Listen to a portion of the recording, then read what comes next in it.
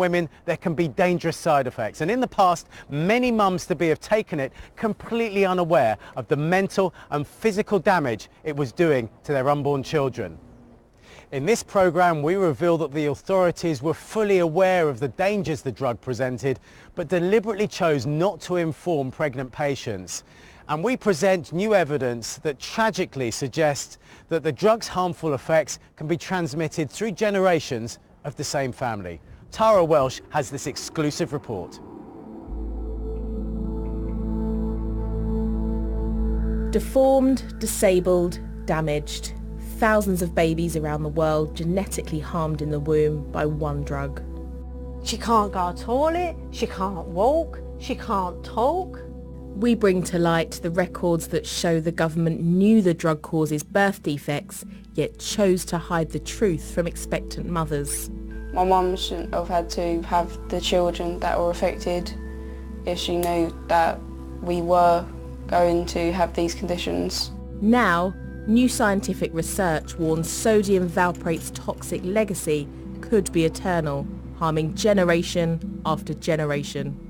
It's because I took that medication. My grandkids have been affected by it. So many people's lives have been affected and ruined.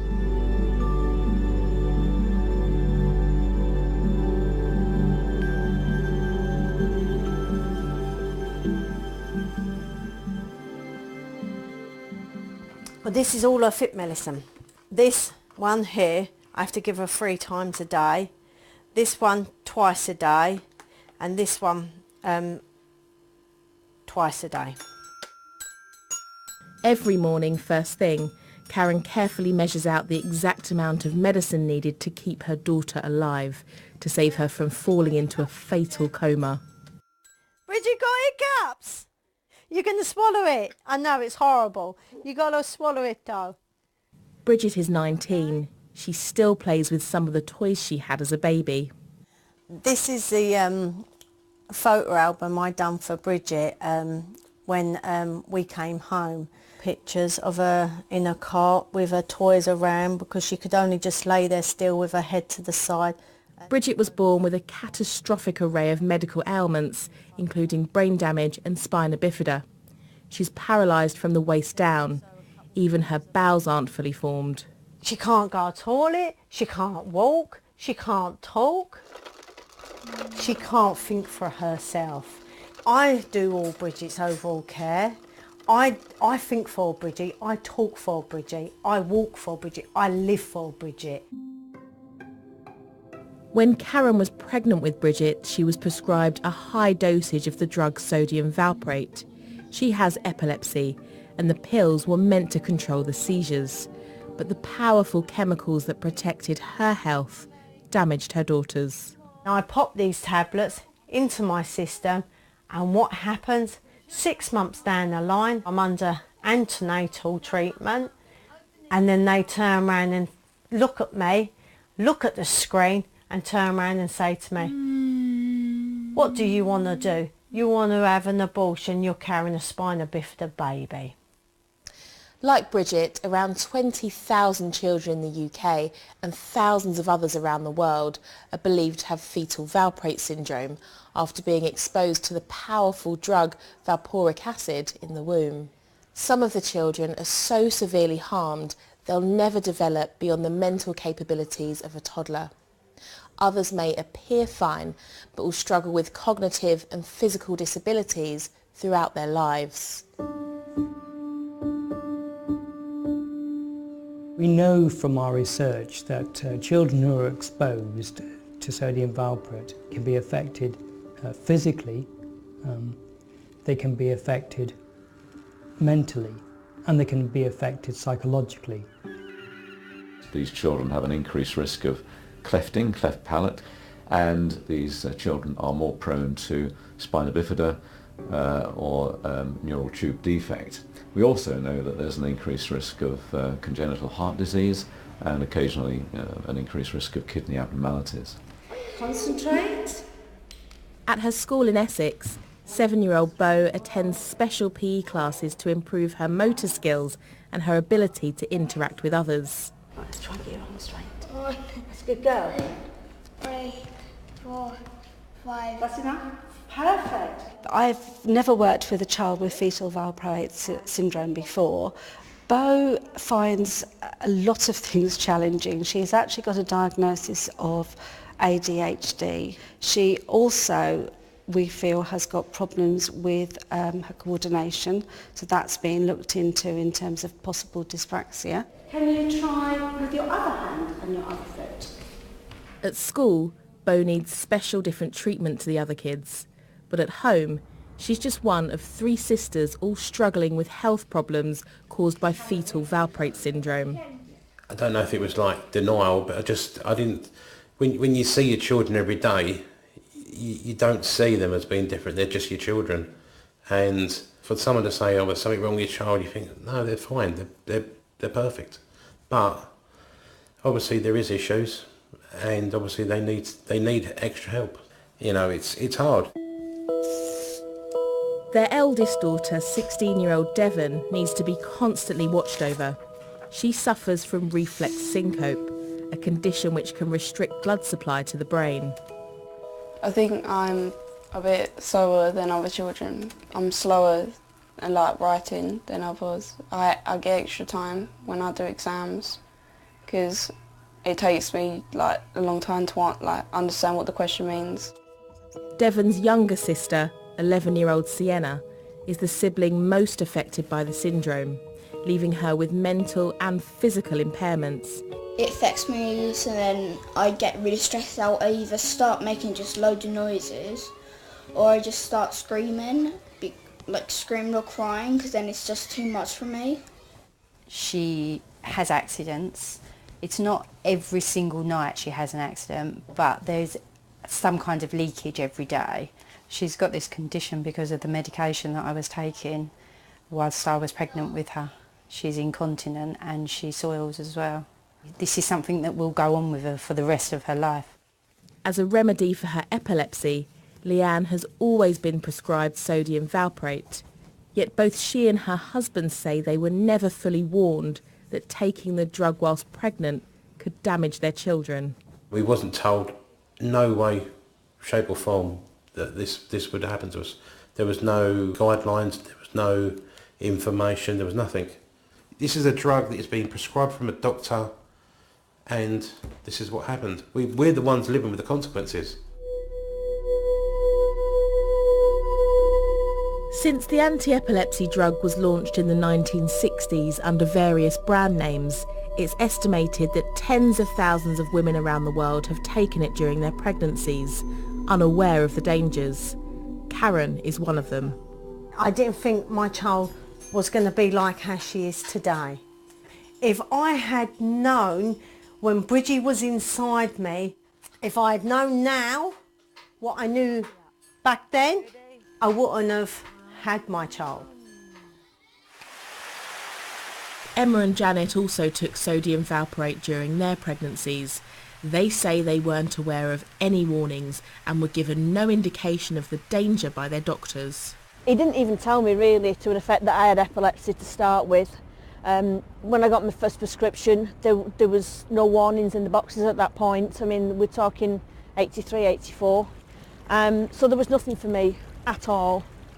My husband and I questioned the midwives, questioned neurologists, and to just be told, take this medicine, it's the best to control your seizures. That's great to control the seizures, but the baby. After their children were born with disabilities, they set up a charity to raise awareness. We started our national campaign in 2013, and the main aim was to get warnings onto the boxes, onto the patient information leaflet. Partly as a result of their campaign in 2016, the Medicines and Healthcare Products Regulatory Agency recommended that warning labels should be featured on all valproate-containing medicines. GPs must only prescribe the drug to women of childbearing age as a last option after explaining all the risks. But why has it taken 50 years to get the warning out? In the UK, the government regulates what information is provided to patients, and according to Emma and Janet, it knew about the dangers of the drug as far back as 1973. They discovered the evidence deep in the National Archives. There we go. That statement similar to that proposed by ICI could be included on all relevant data sheets but not on packaging inserts. So there would be no danger of the patients themselves seeing it. If they hadn't have made this decision? Yeah. You'd have been warned? I'd have been warned, and probably the boys wouldn't have been harmed like they were. The 20,000 affected? Yeah. There wouldn't be that today? No. It's an extraordinary scandal. Since the very start of its licensing in this country, there was a knowledge of risk, and yet a decision taken to hide that risk from mothers. A totally sort of paternalistic approach that mothers might worry about it. Well, of course, mothers have a right to know. In a statement, the Medicines and Healthcare Products Regulatory Agency said, "At the time, according to clinical practice, it was for the doctor to decide how much information a patient was given about their medicine. Since then, the need for patients to be fully informed about their medicine has been underpinned by legislation." But charities say the system of warning patients is proving ineffective. Over the last year, hundreds of babies around the world have been born with sodium valproate syndrome. Many pharmacists and health centres are still issuing the drug in generic packaging with no warnings. We are now here in 2018 and the scenario is that women are still given white boxes in which there are no warnings, there is absolutely nothing on them. The fact that women are still not being made fully aware of the risk is particularly alarming because among the affected families there's growing fear that fetal valproate syndrome is actually being passed on through the genes from one generation to the next. You fall down? Yeah. 3 generations of the same family. Here today are grandma, 2 grown-up daughters and their kids. Fetal valproate syndrome has dominated their lives. It's because I took that medication. That's why my kids haven't got a normal life and they struggle every single day of their life to fit in and do things. One of my kids have couldn't cope and tried to hang themselves. If I'd have known with my first couple of children that they'd have had this syndrome, I could have then made that decision whether to go on and have more children. Sue took the drug Epilym throughout her pregnancies. She only discovered it had harmed her children after a doctor visited her at home. I have big poster pictures up on my wall with my kids when they were little. And she just, as soon as she walked into the room and she seen the pictures and she said, "Are these the children?" And I said, "Yeah." She said, "They've definitely got the syndrome." It was, they had the facial features, the high forehead, the upturned nose, and then an appointment was arranged for all the children and myself to go down to Exeter to have genetic testing done and all other kinds of tests done, and it was confirmed. Despite their difficulties, Sue's daughters now have children of their own. Look! In the past, Natalie was prescribed sodium valproate to control her epilepsy, but she says she stopped taking the pills when she was pregnant. Tanya has never taken the drug, yet both sisters believe their children are displaying symptoms of fetal valproate syndrome. Certain things that they're doing, like the behaviour ways, the way they're speaking. Give me the book. Just certain things. I'm like, I remember doing things like that when I was a kid. My little boy, he's 9. He's got dyspraxia, learning difficulties, a bowel condition, sensory issues, memory problems. I've got 2 children, both have got dyslexia. My daughter's got dyslexia and dyscalculia, and she's in special needs school.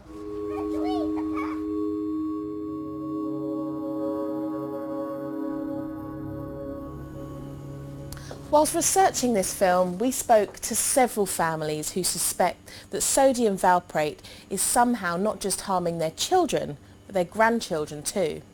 Until now, those suspicions have not been deemed credible.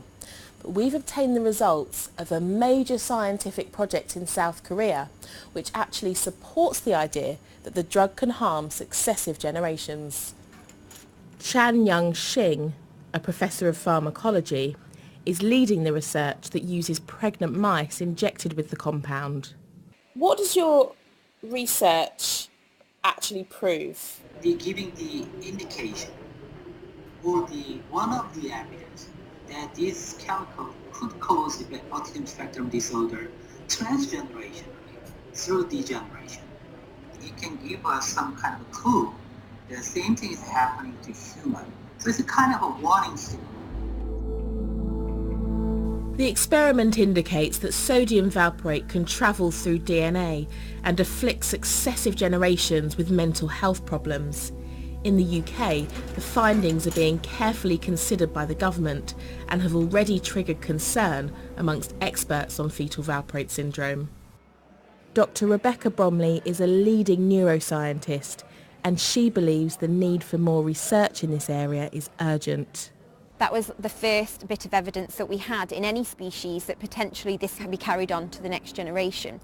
Before this paper came out, we just didn't know. We had no evidence that it was going to be something that was an issue, and we were still learning about the longer term effects on the individual who'd been exposed directly to the drug. This is something now that needs to be looked at as quickly as possible to give families some reassurance.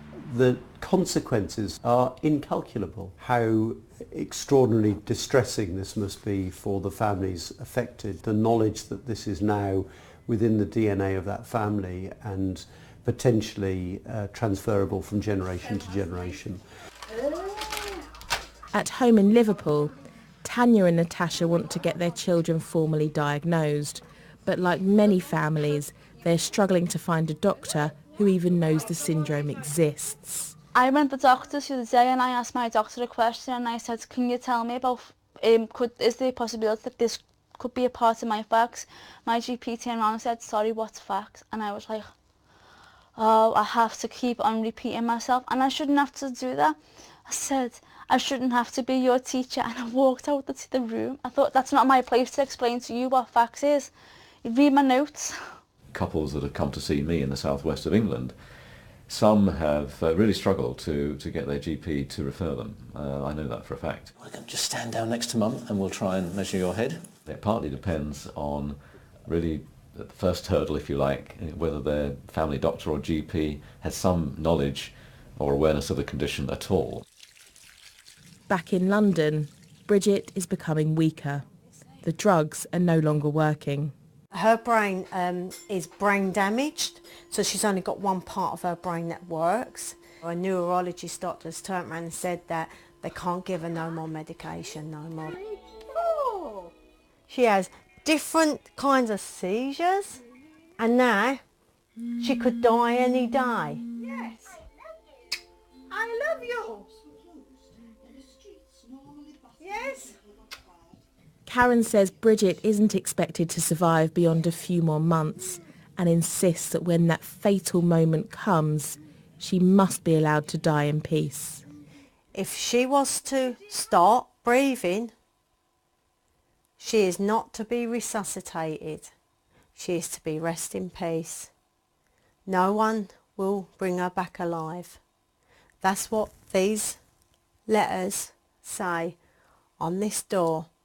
It will be more of a relief for me as a mother to let my little girl rest in peace, knowing that every day I see my little girl having a seizure in so much pain as I do, that's more painful to watch than seeing my little girl probably go from me and to be at peace.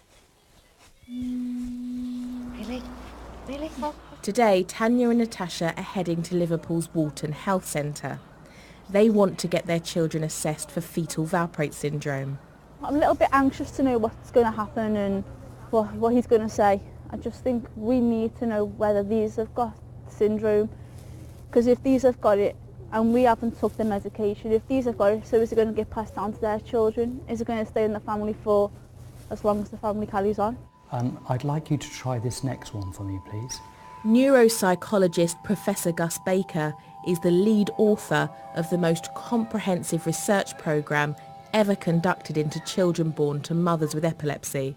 We've actually looked at the children from birth and followed them up over a 6-year period, assessing their development, their neurodevelopment in terms of how well their brains are working, their development of their language, their memory and their intellect. So talk us through the assessment. What are you going to do today exactly? What I want to be looking at is how this young boy is developing. Hello. Hi. Hi. The first one is really straightforward, is can you write your name for me? Good, okay. I'll be trying to get an overall picture of how he's developing in relation to how, for example, his peers are developing. Can you draw me a house? Okay? I am pretty good at drawing houses. How many bedrooms has it got upstairs? 2. 2 bedrooms. And I've drawn some flowers and leaves and gates and a path. So I know you can't give us a definitive diagnosis, but what are your thoughts after that assessment?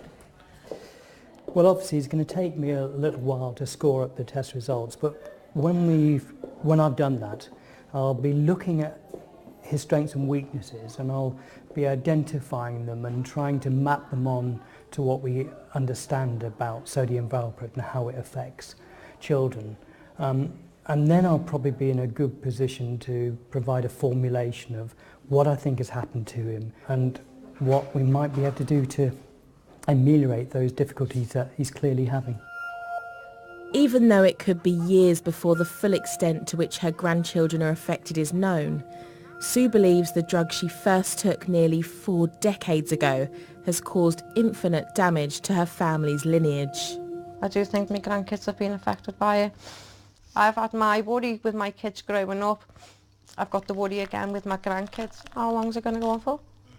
It's not fair at all. It's not fair. It's so wrong. So many people's lives have been affected and ruined. The transgenerational impact of fetal valproate syndrome could potentially remain with families for centuries. And as the first generation of children born with the condition mature into adults, there's growing demand that the government should pay for their care and support. In France, a charity-led campaign for compensation is being supported by the government. The government decided to create a special fund to help victims. There is a fund that is organizing all the expertise, appoint the doctors and pay the doctors, and who are going to say who will have to pay. Until now, a campaign in the UK for compensation to help affected children has failed to receive any government backing. But recently, the Department of Health has initiated a conversation with charities and key MPs who have been fighting for a public inquiry. We are in a good dialogue. The Minister, Lord O'Shaughnessy, appears to have taken this very seriously, is willing to engage with us. He appears to be completely conscious of the need to stop this scandal continuing and the need to recognise what's happening in France. Something similar has to happen here, and without delay. Unbelievable that the English democracy does not work properly and does not help the people. The people must put pressure on their government for that. It's a rallying call that charities in the UK are championing. Emma and Janet are at the forefront of the campaign. The care package is more important because of the transgender link now. The fact that our grandchildren could be affected, you know, with neurodevelopment disorders, possible heart malformations, they need care and support. For us, it is a government issue. The government have to take responsibility on that matter and make sure that these children are fully looked after. As a parent in particular, my two are a lot older now, they're in their 20s, and it's a worrying factor for me because I'm not always going to be here to take care of the kids, and you know, to live an independent life is going to be really, really difficult for them. Janet's 2 grown-up sons, both of whom suffer with the syndrome, are completely dependent and still live at home. Philip is more seriously affected. I'm 25 now and symptoms are I can't concentrate for long. I've got when I go outside, my social interaction is zero, and I'm very apprehensive with going anywhere really. Both of Janet's sons have suffered with neurological problems since birth, and 2 years ago, doctors discovered that Philip, like many maturing sufferers of fetal valproate syndrome, had developed yet another condition. After I've finished my college course I've been for 8 years, I was diagnosed with epilepsy, stress-related epilepsy, and it's really hard for me to it's really hard to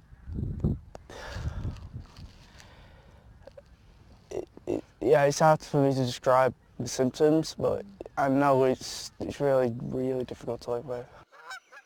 I think it's disgusting the way the government are acting. I think they should pay compensation to all these babies that have grown up now to young adults that are struggling. It goes... Any kind of apology or compensation might come too late to help children like Bridget.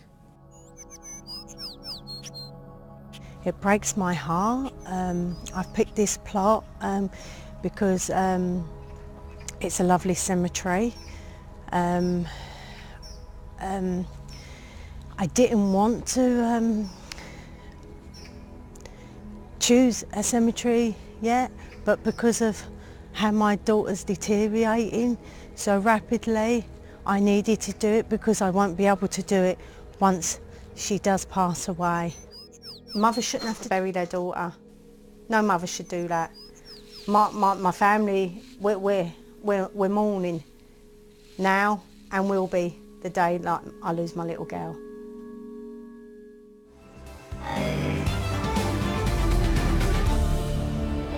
Tara Welsh there with that special report. And if you're currently taking sodium valproate, then please do consult your doctor before making any changes to your prescription.